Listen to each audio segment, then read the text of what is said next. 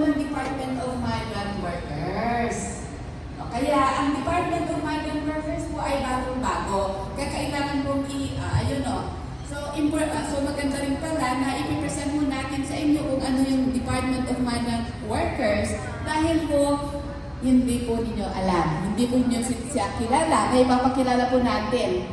Okay? So, yung Republic Act 11641, this was signed by President Rodrigo Duterte last 20